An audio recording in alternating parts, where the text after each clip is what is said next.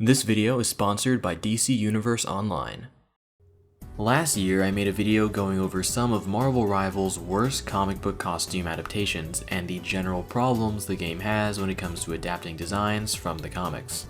I opened that video with counterarguments to 5 common defenses for changing comic costumes in video games. I had those counterarguments ready to go, not just because I had already seen people using them to defend Rivals, but also because I've gone through those same defenses and arguments before with my videos on Marvel's Avengers. However, after that Rivals video, I got a whole bunch of comments with more attempts to defend these design decisions. So I thought I'd round them up and address them here in their own dedicated video. I've removed the username and profile pictures for the comments I'll be showing here so that they don't get harassed, and if you recognize your own comment being used here, don't take it personally, you're not the only one that said that. Now, I know that a lot of you are thinking, doesn't Rivals have newer, far more faithful costume adaptations that have been received with nearly universal praise, retroactively disproving any defense of less faithful versions and arguments against the inclusion of more accurate suits, thereby making a video like this completely unnecessary to make? And, yeah, kinda. But I still figured it would be fun to do anyway as a little victory lap, but also as preparation for my second video on Rivals' worst adaptations, because I have to talk about some of those like the Future Foundation and Symbiote suits. So when that video releases and people try to make these same arguments, I can just direct them to this video. Since Rivals is a game that's going to be around for a long time, I figured it'd be nice to have something like this ready to go. You know what other game has been around a long time? DC Universe Online. DC Universe Online turns 15 this year. This game is a fast-paced action MMO where you create your own superhero or villain and fight alongside iconic DC legends like Batman, Wonder Woman, and Superman. Celebrate this game's 15-year anniversary with their anniversary experience built for both new and returning players. Obtain new items like the Lifelight Chroma using the power of the White Lanterns, the Dark Keeper cosmetics based on the character Lyssa Drac, and collectible base decorations. Use the promo code HEROIC15 to unlock a limited time 15th anniversary emblem, available to claim until February 28th, 2026. Completing the 15th anniversary event, Attack of the Anti-Monitor, will earn you the White Power Ring, the first new power set to be added since 2017. Log in between now and February 2nd, 2026, and instantly claim the Shepherd of Adara, a complete gear suit and weapon set that launches your character's might straight to a combat rating of 455. Equipping this set at level 30 instantly grants a combat-ready power level designed for the latest content. Launching on January 27th, Hope Burns Bright delivers an epic finale to the Light and Rain storyline with all new raids, missions, and rewards. With all new cosmetics, limited time rewards, and powerful gear, this milestone celebration is the perfect moment to join the fight. Download and play online for free, and thank you to DC Universe Online for sponsoring this video. Now we can go ahead and discuss the 10 worst defenses of Marvel Rivals' worst comic costume adaptations. Number 1. The costumes look different because of the game's art style. This one is probably the most popular argument that I saw, so I think it's best to start with it. First of all, it is true that Rivals has a distinct art style. It's part of the reason the game is so popular since nothing else really looks like it. However, as unique as Rivals' art style is, it's not hard to replicate. All you'd really need to do to make something fit in with Rivals' style is to have bright, saturated colors, exaggerated proportions, color smudges and hand-drawn lines to evoke the feelings of a 2D drawing come to life, and that's it. Those 4 things there? That's really all you'd have to add to something to make it fit within the game's art style. So looking back at the comic-based costumes I was discussing in that video, no, the changes made to those things are not due to the game's art style. Those were changes made because the costume designers wanted to make them, not because they needed to in order to retain the game's art style. What's sort of funny is that this art style defense was also used by people defending the costumes of Avengers. I didn't include it in my original video because I didn't think people would say it about Rivals. Looking at Avengers, I understand why people said this for that game. It had a very realistic art style that made it difficult to imagine what the comic book designs would look like in that setting. Although this still wasn't a good point since you can very much have faithful comic adaptations in a realistic setting. We've had many games do this, like the Insomniac Spider-Man games, the Guardians of the Galaxy game, and hell, I'll say it, Suicide Squad Kill the Justice League does a pretty good job with its comic designs. Again, understandable why people had this viewpoint for that game, but it was still not a very good defense. All that being said, I don't understand why you would say this about Marvel Rivals. Because just look at it. This game looks like a cartoon. Part of the visual appeal this game has is that it looks like an illustration come to life. That's a big part of why its character designs are so appealing. They so correctly capture the strengths of the comic book superhero aesthetic. So I don't understand how you can look at this game and come to the conclusion of, yeah, they have to change the designs from the comics, they won't look right in this game. Like, genuinely, what?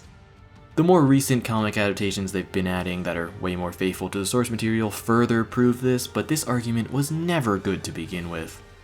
Number 2, the comic designs are too simple, so they have to change them. As I said in the original video, it is okay to make some changes when adapting a comic costume for a video game. To expand on that, some of the main things that is okay to change is adding additional detail. Some comic designs are really simple by nature of being 2D drawings meant to be redrawn continuously, so adding extra detailing can really help when translating them into a 3D space. Texturing, patterning, some additional lines and piping, things like that to make the design more tangible. That's fine. That is not what was happening with the costumes I discussed. In general, simplicity or lack thereof was not something that I really brought up in that video, because that was not the problem. The problem was that the suits were so thoroughly changed that they either lost important elements from the source material or became entirely new designs altogether. My problem was not that they weren't simple. Like, look at Magneto's classic suit.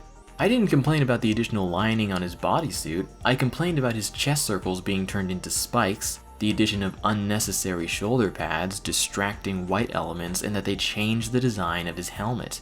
Those were my problems. You could simplify his bodysuit all you want, but as long as the things I pointed out are still there, I would still have a problem with it. It's not a problem of over or under design, it's that it's a different design. I think the only suit I discussed where over design might have been a problem was maybe the Maker, but even then the issue isn't that his suit is more complex, it's that there are large sections of a color that shouldn't be there on his chest. You could still have those sections there if they were the same color as the rest of the bodysuit, but that would still not address my other large complaint with him, which was that they ruined his symbol. Adding that extra line down the middle isn't harmless additional detail, it changes what his logo is. To quickly mention an example of good additional detailing, the sort of lava lamp type effect they added to the circles on his logo is really cool. That's the good kind of change I like to see. Another issue of this argument is that not all comic designs are simple. We literally have an example in this game where the comic version of the design is more complex than the one in the game. So the idea that all comic designs are simple spandex is not true. Some designs are complex enough already and don't need any real changes. Finally, I just want to say that with some designs, the simplicity is the point. Sometimes the design is meant to be simple and you shouldn't add that much more to it. It depends, of course, but simple designs still have their place. There is an appeal to having a simpler outfit. Hell, sometimes simpler outfits can really work in games like this because the simplicity makes it stand out compared to the other stuff in the game. So I don't fully agree with the premise that you have to change comic designs due to their simplicity, and even if I did, it would not excuse the stuff Rivals was pulling with its comic adaptations. Number 3, it's an adaptation, it's okay if they change things. As I mentioned in my last point, I said in the initial video that it is okay to make some changes when adapting these suits. The problem here is that these commenters seem to think that using the word adaptation magically gives you free reign to do whatever you want with a design, which is not true. When you are adapting something, there is an expectation that you stay close to the thing you are adapting, especially for something like this, since the whole point of creating an alternate suit in a video game based on something from a different piece of media is to have it look the way it did in that other piece of media. Partially because you need to make sure that you are accurately representing that other piece of media, but also because that feeling you get when you are able to embody a version of a character you are already familiar with is very powerful. Just look at Fortnite. Biggest game in the world, and it continues to be so precisely because of how well it is able to recreate characters from other works and get people to have that feeling. So no, just because something is an adaptation, that doesn't mean you can change whatever you want. There is still an expectation to be close to what you are adapting, and if you stray from that, then you're gonna make a bad adaptation. You can argue all you want about whether or not it works as its own thing, but if you diverge too much from the source, then as an adaptation, it's gonna be bad, which was the point I was making in my video. Number 4, they aren't trying to recreate the comic versions. Yeah, duh. Obviously that's what they were doing. Obviously that was the approach they took. My point was that I don't like that, and I don't think it's the right approach for them to have. As I said before, the whole point of creating an alternate suit in a video game based on something from a different piece of media is to have it look the way it did in that other piece of media. That is the point. I understand wanting to leave your own creative mark on things, but there is a limit to what you can do when adapting something. And if you really want to unleash that creativity, then put the comic suit down and just make a new design. That's okay. That was always allowed. You can just make a new design. But if you're going to adapt a pre-existing design from another source, then yes, you should be trying to recreate it.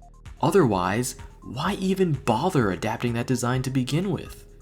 What really gets me though is how some of these comments assert that there was never any stated intention or promise to recreate the designs from the comics. What are you talking about?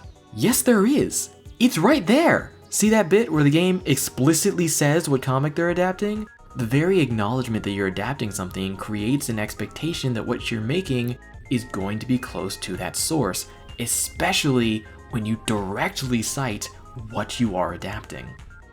Number 5, it's okay for them to do this since most Rivals players don't read comics or care about comics. It is true that most of this game's player base doesn't care for comics and don't read them. However, so what? So what? The thing you have to understand here is that this is true for literally every superhero game ever made. The vast majority of its player base will be made of non-comic readers. This is simple statistics. People who do read comic books account for a very small part of the population. So even with games geared towards them, they're still going to be the minority, dwarfed in number by those whose only prior exposure to these characters are the MCU films, a cartoon they half remember from 15 years ago, and maybe other video games, as well as total newcomers who are seeing all this stuff for the very first time. Rivals is not unique in this respect, so no, this is not a good reason to approach the suits in the way that they do. Or did, since they don't really do this sort of thing anymore. But another issue with this viewpoint is that it asserts that the comic designs are inherently inferior and need to be massively changed for more people to like them. This is just really subjective. Some people are gonna like the comic designs, some people aren't. It's really hard to quantify that, especially since the designs from the comics don't have one unified style. There's a gigantic amount of variance in comic designs, because there's a lot of different artists who create and draw these things, so you can't judge them all one way or another. When it comes to what the general audience prefers, it's hard to really say. The general audience is not a hive mind, although sometimes they feel like they are. I know for a fact that they're not though.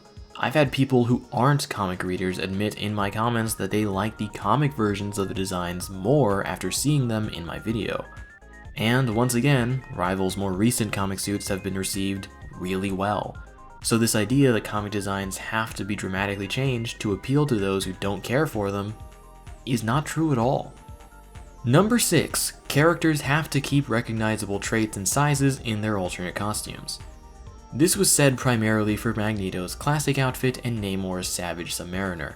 This is a point that has been completely disproven by Rival's more recent costumes, as they've added suits that heavily alter or remove what was once thought to be key visual character indicators.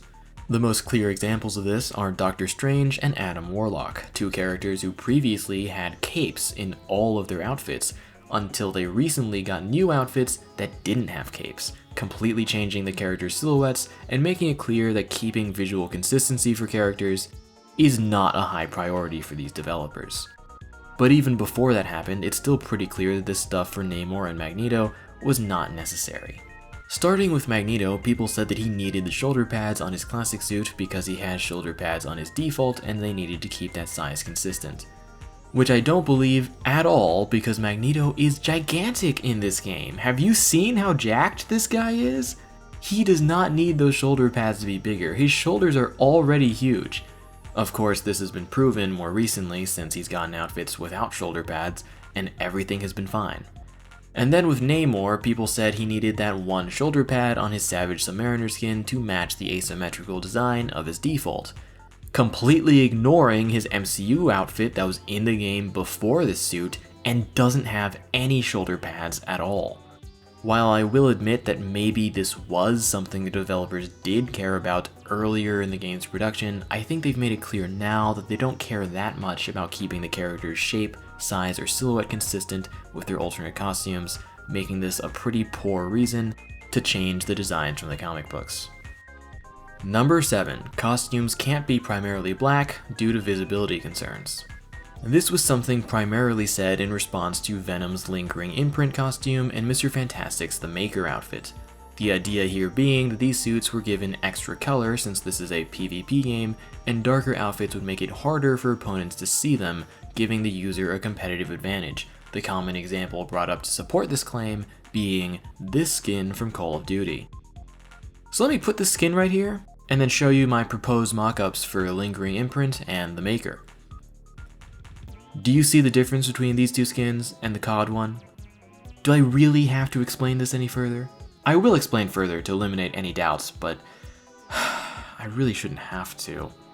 Okay, so to start with, both of my mockups here contain large sections of a visibly distinct color that would be highly visible in a darker environment.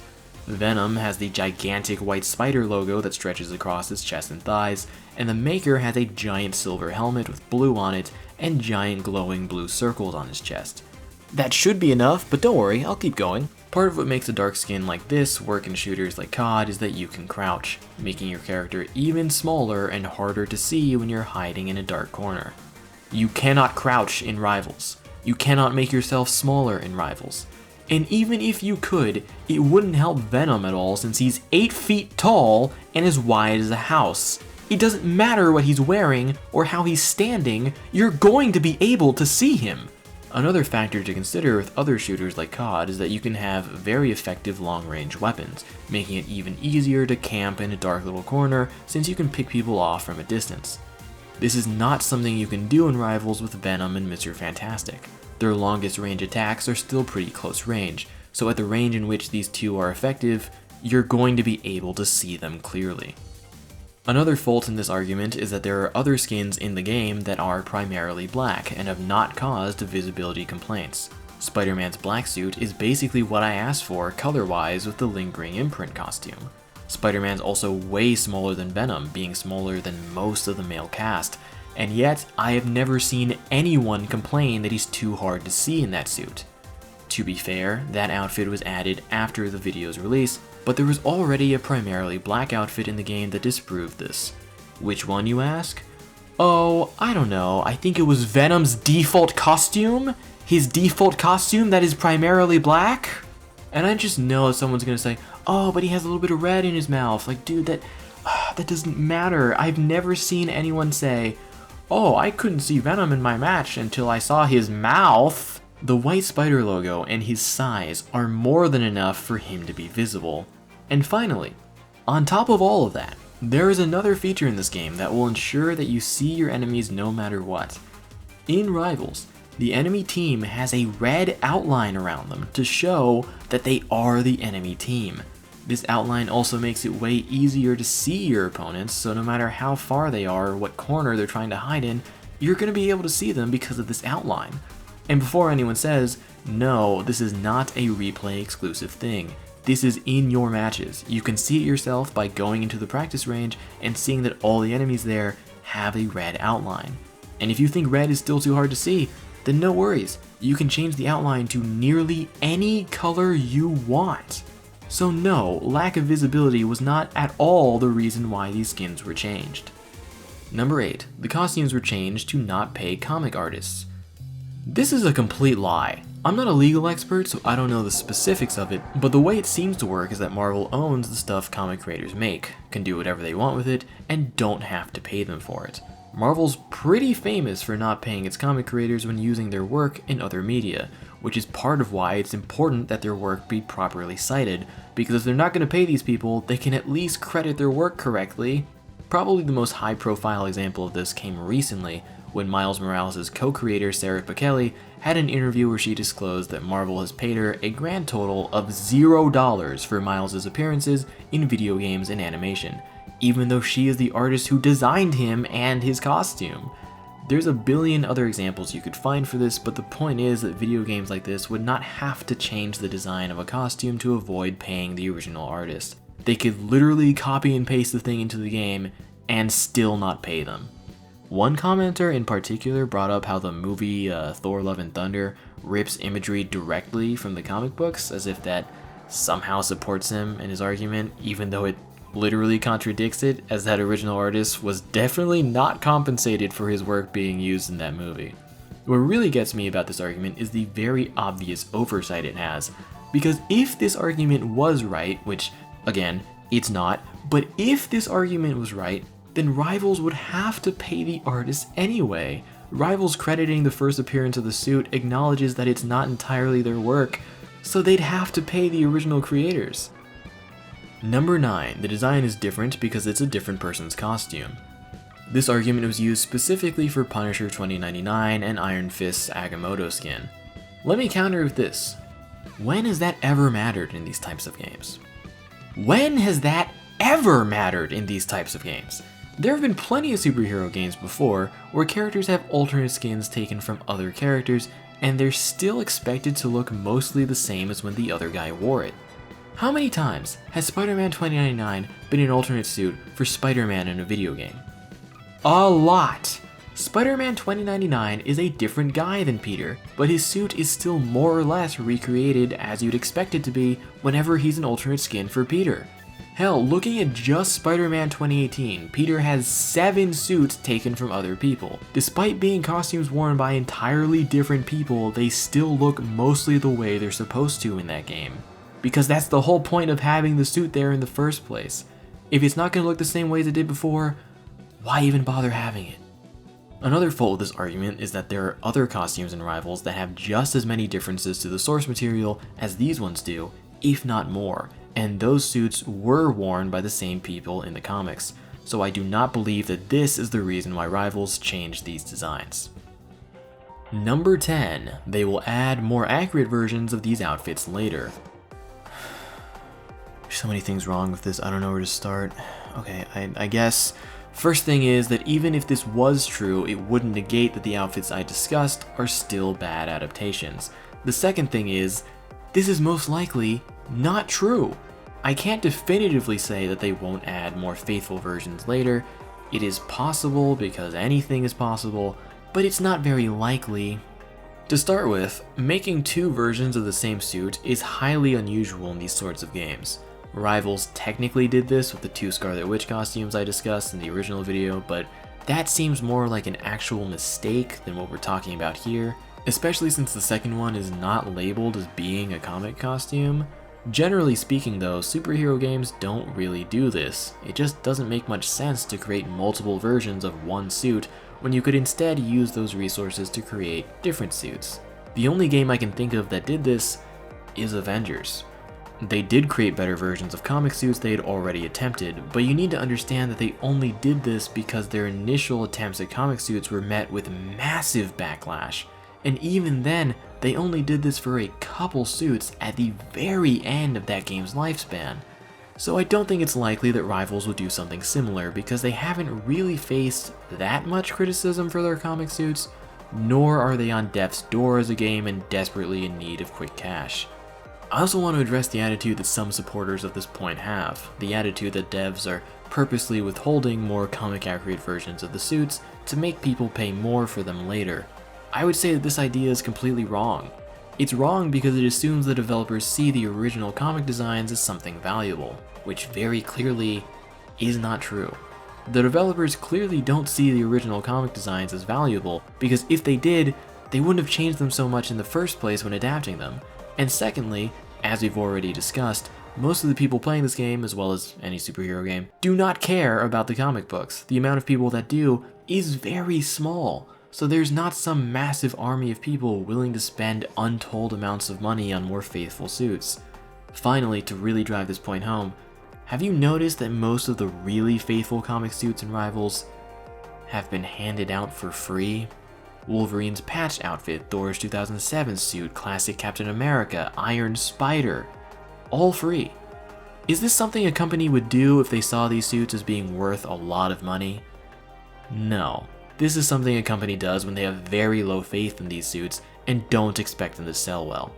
For all those reasons, I highly doubt they will sell more accurate versions of the suits I discussed in my last video. And as I said earlier, even if they did, it would not change that the suits I discussed in my original video are still bad adaptations. And with that, we've gone over the largest, most common defenses for Marvel Rivals bad comic costume adaptations that I encountered in my comments. Hopefully I've done a good job demonstrating why those arguments are baloney. Now for the remainder of the video, I'm going to go over much smaller and specific comments regarding certain costumes. These things aren't really a big deal, but I still want to go over them, and I don't know where else I'd be able to, so here we go. Venom's lingering imprint costume was changed so much because Agent Venom could be in the game later as his own playable character. Yeah, I don't think so. This is something I almost brought up in that initial video, but I decided against it because I don't think that's what they're doing. I don't think they'll add Agent Venom as his own playable character. They've already used 2 of Flash Thompson's Venom designs for Eddie. That's not something you do when you're planning to add Flash later as his own playable character. Although, if they are planning to make him his own character, then they shouldn't have made this Venom skin to begin with. Joe Fixit. There were several comments trying to defend Joe Fixit's appearance, so I'll be addressing each one individually. The Joe Fixit skin is part of the Hellfire Gala set, that's why it looks so different. What? How does that make any sense? Wait, genuinely think about this. How does Joe Fixit, the character from the comic books, plus Fancy Mutant Party equal Cyborg? I don't understand how being part of the Hellfire Gala makes him a cyborg. I don't understand that, especially because there are other characters that have Hellfire Gala designs based on things from the comic books, and they all look normal. So if this idea of going to the Hellfire Gala somehow makes you a cyborg was right, then all those other characters would also be cyborgs. But they're not, so clearly that's not true. Honestly, Joe Fixit looks like Apocalypse, and maybe that's what they were going for with the design since it's the Hellfire Gala. That's the vibe I got at least, but maybe I'm thinking about it too much. You definitely are, because he does not look like Apocalypse. Apocalypse has a very specific design with the big lips, the markings on his forehead, you know, his big armor with all the tubes on it, and like sometimes he has like Egyptian style clothing because he's like originally from Egypt, and Fixit does not have any of that here. The only things they have in common are that they're both gray, there's some blue there, and there's some technology. That's it. All very vague things, and you have to keep in mind that Joe Fixit has been gray to start with, and he's been heavily associated with the color blue for like forever. So those two things he had already, like, and the addition of technology, like, it's not even the same type of technology that Apocalypse has. So any similarity to Apocalypse is purely coincidental. Hulk has a tech belt to control his powers, so I think that's why Joe has cyborg stuff. Okay, so to start with, yes, Hulk has a gamma belt in this game on his default. That explains his transformations, but none of his other alternate suits even try to like have that gamma technology on them. So I don't think that was something they were thinking of when they made this. I don't know what the purpose of this technology is, but I don't think it's to control gamma energy because gamma energy is green and this stuff is blue. Fixit in the comics is supposed to be very much weaker than the normal Hulk, so maybe the chrome is supposed to be enhance the physical strength. Maybe. I don't see how this stuff would make him stronger at all. It looks like it's there purely cosmetically, but even if that was the idea, which again I doubt, that's not a good reason to have all of this. And we're talking about an alternate costume. You don't have to explain like the logistics of it, of how strong or weak he is. It's an alternate suit, no one cares. Iron Man's steam-powered suit had its helmet changed because of China. This was something I was expecting to see more of since I saw people saying this when I first complained about it on Twitter, but I only received one comment trying to make this point. Still, I think it's worth pointing out that I don't believe this is true. First of all, China does have a taboo against skulls and the like. Because of that, you'll see that things with skulls on them in games get changed for the Chinese version. A topical example is Fortnite's Taskmaster skin, which had the skull mask changed to be more cartoony and less explicitly skull-like. With Rivals developers NetEase being a Chinese company, I can understand why some would think they'd be limited by this. That being said, I don't think anything in Rivals will be affected by that. While this commenter does bring up Punisher's logo being changed as evidence of his point, I don't think that's correct. I'm not sure that adding a couple of horns to a skull would be enough to make his skull logo China friendly. And even if it was, Punisher still has a ton of alternate skins where the skull logo is more typical for the character and more obviously a skull. Additionally, NetEase previously created the mobile game Marvel Super War, which featured Ghost Rider as a playable character. You know, the guy with a skull head. So if they're fine having him in one of their games, then I think they'd be fine with having skulls in general, which makes me very certain that this is not the reason why they changed steam-powered Iron Man's helmet. And finally, our final point, Punisher is green? So this is in reference to Punisher's 2099 outfit. I complained about the use of the color green on this suit, only to get an onslaught of comments saying that there is no green on the suit. Oh my god, dude, yes there is. I know that I didn't use the best picture of the suit when I brought that up. I realized that as I was editing the video, but I thought, it's a free-to-play, popular game, a lot of people play this, a lot of people have seen this suit since it's been in the game since launch, so I'm sure they'll know what I'm talking about. Cause like, it's not a subtle thing. This isn't something that I only noticed after staring at the character model for 13 hours. No, as I said in the initial video, the instant this suit was revealed on social media, the very first thought I had when I saw it was, why is it green? So of course, people started calling me colorblind, but that's not how that works. People don't seem to understand colorblindness.